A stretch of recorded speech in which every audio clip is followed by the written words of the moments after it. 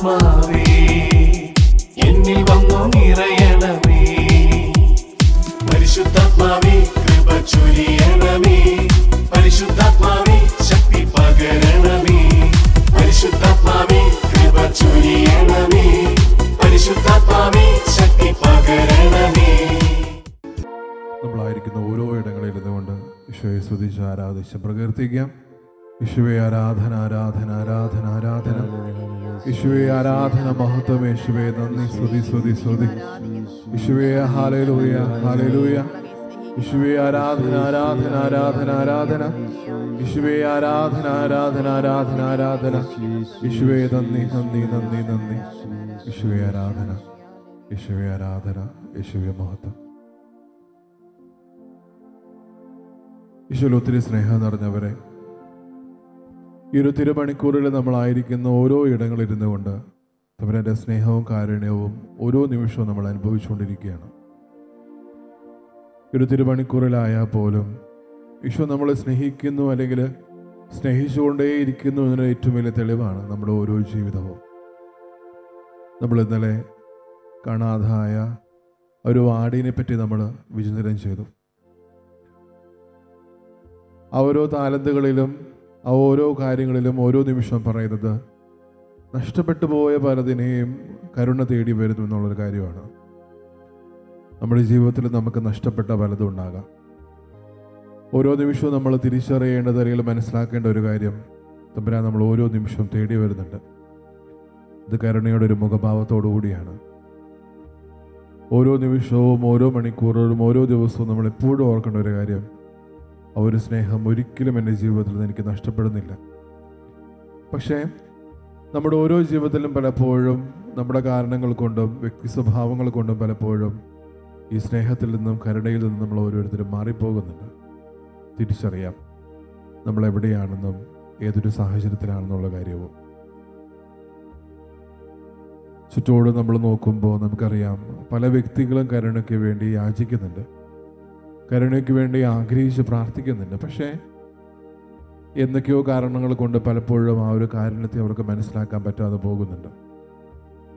ഇന്ന് ഈ തിരുമണിക്കൂറിലായിരിക്കുമ്പോൾ ലോകം മുഴുവനുമുള്ള ഓരോ വ്യക്തികളെയും തമ്മിൽ സ്നേഹത്തിലേക്ക് നമുക്ക് ചേർത്ത് വയ്ക്കാം. നമ്മുടെ ഈ പ്രാർത്ഥനകൾ ഉയരുമ്പോൾ, അർത്ഥനകൾ ഉയരുമ്പോൾ ഈശോയുടെ സ്നേഹവും കാരുണ്യവും അനുഭവിക്കാത്ത ഓരോ വ്യക്തികളുടെ ജീവിതത്തിലേക്കും അവിടുത്തെ കരുണ ചൊരിയപ്പെടാൻ വേണ്ടി നമുക്ക് ആഗ്രഹിക്കുകയും പ്രാർത്ഥിക്കുകയും ചെയ്യാം.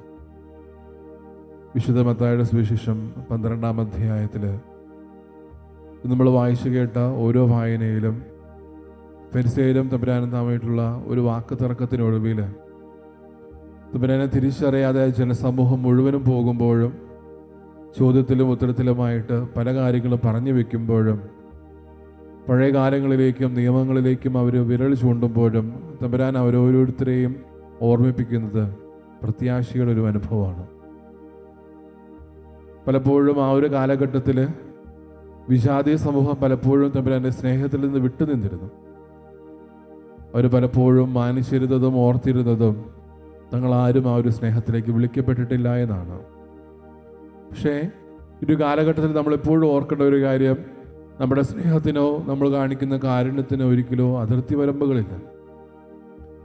എല്ലാവരെയും സ്നേഹിക്കാനും ചേർത്ത് പിടിക്കാനും നമ്മൾ ഓരോരുത്തരും കടപ്പെട്ടവരാണെന്നുള്ള തിരിച്ചറിവ് നമ്മുടെ ഓരോരുത്തരുടെയും ജീവിതത്തിൽ നമ്മൾ ഓരോരുത്തരും സ്വീകരിക്കേണ്ടതുണ്ട്. ആ ഒരു ഭാഗത്തിൻ്റെ അവസാനം 21-ാം വാക്യത്തിൽ വിജാതീയർ പോലും അവിടുത്തെ പ്രത്യാശ അനുഭവിച്ചു എന്ന് നമ്മൾ വായിച്ചു കേൾക്കുന്നുണ്ട്. സ്നേഹമുള്ളവർ, ഓരോ നിമിഷവും നമ്മൾ ഓർക്കേണ്ട ഒരു കാര്യം, നമ്മൾ സ്നേഹിക്കുമ്പോഴായിക്കോട്ടെ, ഒരു മനുഷ്യനോട് കാരുണ്യത്തോടെ പെരുമാറുമ്പോഴായിക്കോട്ടെ, ഒരിക്കൽ പോലും നമ്മുടെ ജീവിതത്തിൽ നമ്മുടേതായിട്ടുള്ള താഴ്ചകളോ അല്ലെങ്കിൽ അതിൻ്റേതായിട്ടുള്ള കുറ്റങ്ങളോ കുറവുകളോ ഒന്നും ഉണ്ടാകരുത്.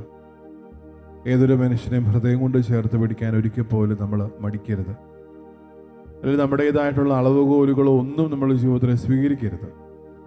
തമ്പുരാൻ എപ്പോഴും ആഗ്രഹിക്കുന്നത് തന്നെയാണ്, നമ്മൾ ഓരോ മനുഷ്യരെയും സ്നേഹിക്കുമ്പോഴും ചേർത്ത് പിടിക്കുമ്പോഴും അതിലൊരിക്കൽ പോലും അതിർത്തി വരമ്പുകൾ ഉണ്ടാകരുത്. ലേഖനഭാഗങ്ങളിൽ കൂടെ നമ്മൾ പോകുമ്പോൾ അപ്പസ്തോല പ്രവർത്തനങ്ങളുടെ ഓരോ വാക്യത്തിലും ഓരോ അധ്യായത്തിലും നമ്മൾ കണ്ണോടിച്ചു പോകുമ്പോൾ നമുക്ക് കാണാൻ സാധിക്കുന്നത് ആ ഒരു പ്രേക്ഷിത യാത്രയെ പറ്റിയിട്ടാണ്. ക്രിസ്തുവിനെ അറിഞ്ഞ് അവരോരോരുത്തരും ക്രിസ്തുവിനെ പറ്റി ലോകത്തോട് വിളിച്ചു പറയുമ്പോൾ അവർ തഴയപ്പെടുന്നുണ്ട്, ആക്രമിക്കപ്പെടുന്നുണ്ട്, അവരോരോ ജീവിതങ്ങളെയും അത് ബാധിക്കുന്നുണ്ട്. പക്ഷേ അപ്പോഴൊന്നും അവരനുഭവിച്ച ഒരു ക്രിസ്തുവിൻ്റെ സ്നേഹത്തെ പ്രതി ഒന്നുമല്ലാതെയായി തീരുന്നുണ്ട്.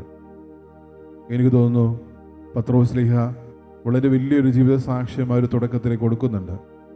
എൻ്റെ കയ്യിൽ സ്വർണമോ വെള്ളിയോ ഒന്നും തരാനില്ല, പക്ഷേ ഉദ്ധിതനായ ക്രിസ്തുവിൻ്റെ നാമത്തിൽ ഇത് എഴുതിയിട്ട് നടക്കുക. പലപ്പോഴും നമ്മുടെ ജീവിതത്തിൽ നിന്ന് മനുഷ്യരും പ്രതീക്ഷിക്കുന്നത് തന്നെയാണ് നമ്മുടെ ഒരു പ്രാർത്ഥന, നമ്മുടെ പ്രാർത്ഥനാ സ്വഭാവമുള്ളൊരു വാക്ക്, സ്നേഹത്തോടു കൂടിയൊരു ചേർത്തിർപ്പ്. പലപ്പോഴും നമ്മുടെ ജീവിതത്തിൽ നിന്ന് ഓരോ വ്യക്തികളും ഏറ്റവും കൂടുതൽ പ്രതീക്ഷിക്കുന്നത് തന്നെയാണ്. വളരെ പ്രത്യേകമായിട്ട് ഈ ഒരു കാലഘട്ടത്തിൽ നമുക്കറിയാം, ഒരു മനുഷ്യനെ ഏറ്റവും കൂടുതൽ ജീവിതത്തിൽ പ്രതീക്ഷിക്കുന്നതും അല്ലെങ്കിൽ അവൻ്റെ ജീവിതത്തിലേക്ക് എപ്പോഴും കൈക്കൊള്ളാൻ ആഗ്രഹിക്കുന്നതും സ്നേഹം എന്നുള്ള പുണ്യത്തെ പറ്റിയിട്ടാണ്. എപ്പോഴും സ്നേഹിക്കപ്പെടാനാണ് ഓരോ വ്യക്തിയും ആഗ്രഹിക്കുക. ഒരുപക്ഷെ ഓരോ വ്യക്തിയോട് നമ്മൾ സ്നേഹിക്കുന്നു എന്ന് പറയുന്നതിനപ്പുറത്തോട്ട് ഞാൻ നിനക്ക് വേണ്ടി പ്രാർത്ഥിക്കാമെന്ന് പറയുമ്പോൾ ഇത് കരുണയുടെ മുഖഭാവമുള്ള വാക്കുകളായിട്ട് മാറി. ജീവിതത്തിൽ ഓരോ നിമിഷവും നമ്മൾ ഓർക്കേണ്ട ഒരു കാര്യം, പ്രാർത്ഥനയോടുകൂടി ഓരോ മനുഷ്യരെയും ചേർത്ത് പിടിക്കാൻ, അല്ലെങ്കിൽ നമ്മുടെ പ്രാർത്ഥനയിലും ഓരോരുത്തരെയും ചേർത്ത് പിടിക്കാനും നമ്മൾ ഓരോരുത്തരും വിളിക്കപ്പെട്ടവരാണെന്നുള്ള കാര്യം നമുക്ക് ഓരോരുത്തർക്കും മനസ്സിലാക്കാം. ഓരോ നിമിഷവും നമ്മൾ ഓർക്കുക, നമ്മുടെ സ്നേഹത്തിനോ കാരുണ്യത്തിനോ അതിർത്തി വരമ്പുകളില്ല. തമ്പുരാൻ എന്നും നമ്മുടെ ജീവിതത്തിലേക്ക് ചൊരിഞ്ഞോ അതുപോലെ തന്നെ നമ്മൾ ഓരോരുത്തരും പ്രവർത്തിക്കാൻ വിളിക്കപ്പെട്ടവരാണ്. ഈശോയുടെ ജീവിതത്തിലേക്ക് നോക്കുമ്പോഴും അത് വളരെ വ്യക്തമായിട്ട് നമുക്ക് കാണാൻ സാധിക്കും. സമരിയക്കാരൻ്റെ ഉപമയിലാണെങ്കിലും അവിടെ കൂടിയിരുന്ന ഓരോ ആൾക്കാരുടെ ജീവിതത്തിലും പല രീതിയിലുള്ള ഓരോ ചിന്തകളുടെ വ്യത്യാസ സ്വഭാവങ്ങൾ സ്വീകരിച്ചപ്പോഴും അവരെ തിരുത്തിക്കൊണ്ട് ഈ ഒരു സമരിയക്കാരൻ്റെ ഉപമ പറഞ്ഞു വെക്കുമ്പോൾ അവസാനം ചോദിക്കുന്നത് അല്ലെങ്കിൽ ചോദിച്ചു നിർത്തുന്നത് ഒരൊറ്റ ചോദ്യത്തിലാണ്, ആ ഒരു മനുഷ്യന് യഥാർത്ഥത്തിൽ ആരായിരുന്നു അവൻ്റെ അയൽക്കാരൻ? വളരെ ഭംഗിയായിട്ട് ആ ഒരു ആൾക്കൂട്ടവും മറുപടി നൽകുന്നുണ്ട്, അവരോട് കരുണ കാണിച്ചവൻ. നമ്മുടെ ജീവിതങ്ങളെയും പലപ്പോഴും നമ്മൾ പരിശോധിക്കുമ്പോൾ ഏറ്റവും കൂടുതൽ ഓർക്കേണ്ട ഒരു കാര്യം, ഇതുപോലുള്ളൊരു വിശേഷണം ഏതെങ്കിലും വ്യക്തിയിൽ നിന്ന് എനിക്ക് കിട്ടുമോ ഇല്ലയോ എന്നുള്ളൊരു കാര്യമാണ്. പലപ്പോഴും ഈ ഒരു വിശേഷണം ഒരിക്കൽ പോലും നമ്മൾ സ്വീകരിക്കാതെ മരണം അനുഭവിക്കുന്നവരാണ് നമ്മൾ ഭൂരിഭാഗം പേരും. നമ്മുടെ ജീവിതം കൊണ്ട് പലപ്പോഴും സ്നേഹമായിട്ട് മാറാൻ നമ്മൾ ഓരോരുത്തരും വിളിക്കപ്പെട്ടവരാണ്. ജീവിതം ഓരോ നിമിഷവും ജീവിക്കുമ്പോഴും കരുണയുടെ മുഖഭാവത്തോടു കൂടി നമ്മുടെ ചുറ്റിലുമുള്ള ഓരോ വ്യക്തികളെയും ചേർത്ത് പിടിക്കാൻ നമ്മൾ ഓരോരുത്തരും വിളിക്കപ്പെട്ടവരാണ്. സ്നേഹം ഒരു സ്വഭാവമല്ല, അതിനപ്പുറത്തോട്ട് ഒരു ജീവിത രീതിയാണെന്ന് കാണിച്ചു തന്നതാണ് തമ്പുരാൻ. ഓരോ മനുഷ്യരെയും സ്നേഹത്തോടെ ചേർത്ത് പിടിക്കാൻ, സ്നേഹത്തോടെ ഓരോ മനുഷ്യരും കാവലാളാവാൻ നമ്മൾ ഓരോരുത്തരും വിളിക്കപ്പെട്ടവരാണ്. സുവിശേഷമായിട്ട് മാറാൻ അല്ലെങ്കിൽ സുവിശേഷമായിട്ട് ജീവിക്കാൻ നമ്മൾ ഓരോരുത്തരെയും തമ്പുരാൻ ക്ഷണിക്കുമ്പോൾ നമ്മുടെയും ഹൃദയസ്പന്ദനം കരുണയായിട്ട് മാറട്ടെ. ഓരോ മനുഷ്യരെയും ചേർത്ത് പിടിക്കുമ്പോഴും കാരുണ്യത്തോടെ നമ്മുടെ ഓരോ ജീവിതത്തിലേക്ക് സ്വീകരിക്കുമ്പോഴും എപ്പോഴും നമ്മൾ ഓർക്കേണ്ട ഒരു കാര്യം, കരുണയോടുകൂടി വർത്തിക്കാൻ നമുക്ക് പറ്റുന്നുണ്ടോ എന്നതാണ്. ഞാൻ കരുണയോടും സ്നേഹത്തോടും കൂടി ഒരു മനുഷ്യനെ ചേർത്ത് പിടിക്കുമ്പോൾ ഞാൻ ഏതെങ്കിലും രീതിയിൽ ഒരു വ്യത്യാസത്തോടു കൂടി ആരെങ്കിലും സ്വീകരിക്കുന്നുണ്ടോ? പലപ്പോഴും ഈ പക്ഷാഘാതവും അല്ലെങ്കിൽ വേർതിരിവൊക്കെ കാണിക്കുമ്പോൾ പലപ്പോഴും പറയുന്നതാണ് സ്നേഹക്കുറവ് കൊണ്ടാണ്. പക്ഷേ സുവിശേഷം പരിശോധിക്കുമ്പോൾ ഒരിക്കൽ പോലും തമ്പുരാനൊരു സ്നേഹക്കുറവ് കാണിച്ചതായിട്ട് നമ്മൾ എങ്ങും കാണുന്നില്ല. നമ്മളും അവനെപ്പോലെ തന്നെ മുന്നോട്ട് പോകാൻ വിളിക്കപ്പെട്ടവരാണ്. സ്നേഹക്കുറവുകൾ നമ്മുടെ ജീവിതത്തിൽ ഉണ്ടാകരുത്. കാരുണ്യക്കുറവുകൾ നമ്മുടെ ജീവിതത്തിൽ ഒരിക്കൽ പോലും അനുഭവപ്പെടരുത്. നമ്മുടെ ശാരയ്ക്ക് വരുന്ന ഓരോ മനുഷ്യരെയും ചേർത്ത് പിടിക്കാൻ നമ്മൾ വിളിക്കപ്പെട്ടവരാണ്. ഒരു കരുണയുടെ മണിക്കൂറിലായിരിക്കുമ്പോൾ ഭൂമിയിലുള്ള ഓരോ വ്യക്തികളുടെയും മേൽ കരുണ ചൊരിയപ്പെടാൻ വേണ്ടി നമ്മൾ ആഗ്രഹിക്കുകയും പ്രാർത്ഥിക്കുകയും ചെയ്യുമ്പോൾ ഈ ഒരു സ്നേഹത്തിൻ്റെ മണിക്കൂറിൽ നമ്മൾ ഓരോരുത്തരുമായിരിക്കുമ്പോൾ ചേർത്ത് പിടിക്കാം. ഞാൻ കരുണയോടുകൂടി ചേർത്ത് പിടിക്കേണ്ട ഓരോ വ്യക്തികളെയും ഒരു നിമിഷം ഓർത്തെടുക്കാം. പലവിധ രോഗങ്ങളാലും വേദനകളാലും സഹനങ്ങളാലും കുടുംബ പ്രശ്നത്താലും സമാധാനക്കുറവ് കൊണ്ടൊക്കെ ആ ഒരു കരുണയുടെ മുഖഭാവത്തോടു കൂടി നമ്മൾ എത്തി നോക്കേണ്ട ഒത്തിരി വ്യക്തികൾ നമ്മുടെ മനസ്സിലോട്ട് ഇപ്പോൾ പോകുന്നുണ്ടാകാം. അവരെല്ലാം വരെ ഒരു നിമിഷം നമുക്ക് ഓർത്തെടുക്കാം. ഒരു താരയിലേക്ക് നമുക്ക് ചേർത്ത് വയ്ക്കാം. ഷോയെ കരുണയോടുകൂടി അവരോരോരുത്തരെ നീ ചേർത്ത് പിടിക്കണമേ. സ്നേഹത്തോടു കൂടി ഓരോ മനുഷ്യരെയും സ്വീകരിക്കാനുള്ളൊരു അഭിഷേകം ഞങ്ങൾക്ക് ഓരോരുത്തർക്കും നൽകണമേ. സമരിയാക്കാരൻ്റെ ഉപമയിൽ സമരിയാക്കാരൻ ആ ഒരു വ്യക്തിക്ക് ഒരു നല്ല അയൽക്കാരനായിട്ട് മാറിയെങ്കിൽ ഞാൻ ആർക്കൊക്കെ നല്ല അയൽക്കാരനാണ്? അത് എന്തെങ്കിലും അളവുകോല് കൊണ്ട് മാത്രം ഞാൻ എൻ്റെ ജീവിതത്തിലേക്ക് സ്വീകരിക്കുന്നവരാണോ? പക്ഷെ അതിനപ്പുറത്തോട്ട് എൻ്റെ ജീവിതമാകുന്ന നവുക കൊണ്ട് ആരെയൊക്കെ എൻ്റെ ജീവിതത്തിലേക്ക് ഉൾപ്പെടുത്താൻ പറ്റുമെന്നത് നമ്മുടെ ഓരോരുത്തരുടെയും ചിന്തയാണ്. സ്നേഹഭാവത്തോടുകൂടി ആയിരിക്കുമ്പോൾ ഓരോ മനുഷ്യരും നമ്മുടെ ജീവിതത്തിലേക്ക് നമുക്ക് സ്വീകരിക്കാം. ഈശോയെ, കാരുണ്യത്തോടുകൂടി ഓരോ മനുഷ്യനോടും പെരുമാറാനും ചേർത്ത് പിടിക്കാനുള്ള കൃപാവരം ഞങ്ങൾക്ക് ഓരോരുത്തർക്കും പ്രദാനം ചെയ്യണമേ. സ്നേഹമായിട്ട് മാറാൻ ഞങ്ങൾ ഓരോരുത്തരെയും അനുവദിക്കണമേ. കാരണം പലപ്പോഴും ഈ ഒരു കാലഘട്ടത്തിൽ കരുണയോടുകൂടി വർത്തിക്കുമ്പോഴും സ്നേഹത്തോടുകൂടി ഓരോ മനുഷ്യരെയും ചേർത്ത് പിടിക്കുമ്പോഴും ഈ ലോകത്തിൻ്റേതല്ലാത്തതെന്നുള്ളൊരു ചിന്ത പലപ്പോഴും നമ്മുടെ ചുറ്റിലുമുള്ള ഓരോ വ്യക്തികളും നമുക്ക് തരുന്നുണ്ട്. പക്ഷെ നമ്മൾ ഓർക്കേണ്ടത് നമ്മൾ ക്രിസ്ത്യാനികളാണ്, ക്രിസ്തുവിൻ്റെ അനുയായികളാണ്. വ്യത്യസ്തരായിട്ട് ജീവിക്കാൻ നമ്മൾ ഓരോരുത്തരും വിളിക്കപ്പെട്ടവരാണ്. പലപ്പോഴും ആരും സഞ്ചരിക്കാത്ത വഴികളിൽ കൂടെ നമ്മൾ പോകേണ്ടി വരും. പലപ്പോഴും ആൾക്കൂട്ടത്തെ നമ്മൾ പിന്തുടരുമ്പോൾ നമ്മൾ ഓർക്കേണ്ട ഒരു കാര്യം, ഞാൻ ആ ഒരു ജീവിത വഴിയിലേക്ക് വിളിക്കപ്പെട്ടതല്ല എന്നുള്ള കാര്യം നമ്മൾ ഓരോരുത്തരും ഓരോ നിമിഷവും ഓർക്കേണ്ടതുണ്ട്. കാരണം നമ്മൾ ക്രിസ്തുവിന് അത്രമേൽ ഇഷ്ടമുള്ളവരാണ്. ആ ഒരു സ്നേഹത്തിൽ നമുക്ക് ഓരോരുത്തർക്കും ചേർന്ന് നിൽക്കാം. തമ്പുരാൻ എത്രത്തോളം നമ്മൾ സ്നേഹിച്ചു എന്നതിന് ഒരു അതിർത്തി വരമ്പുകളില്ല, ഒരു അളവുകോലുമില്ല. ഇപ്പോഴും എത്ര പാപം ചെയ്താലും ആ ഒരു സ്നേഹത്തിൽ നിന്ന് എത്രത്തോളം അകന്നു പോയാലും അവൻ്റെ മനോഭാവം സ്നേഹം മാത്രമാണ്.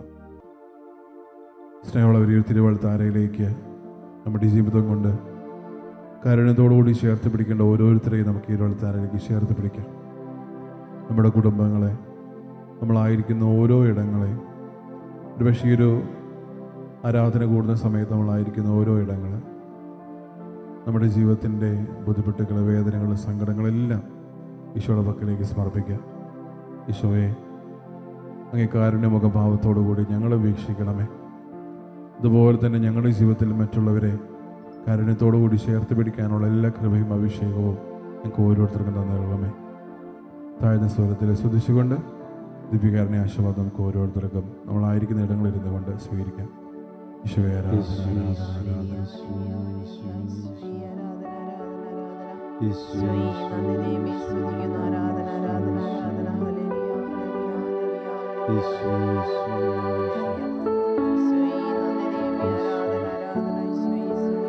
ആരാധന, ആരാധന, ആരാധന യേശുനാഥ. പരിശുദ്ധ പരമമാ ദിവ്യകാരുണ്യമേ, എന്നുമെന്നും അങ്ങേക്കാരാധന, എന്നുമെന്നും അങ്ങേക്കാരാധന, എന്നുമെന്നും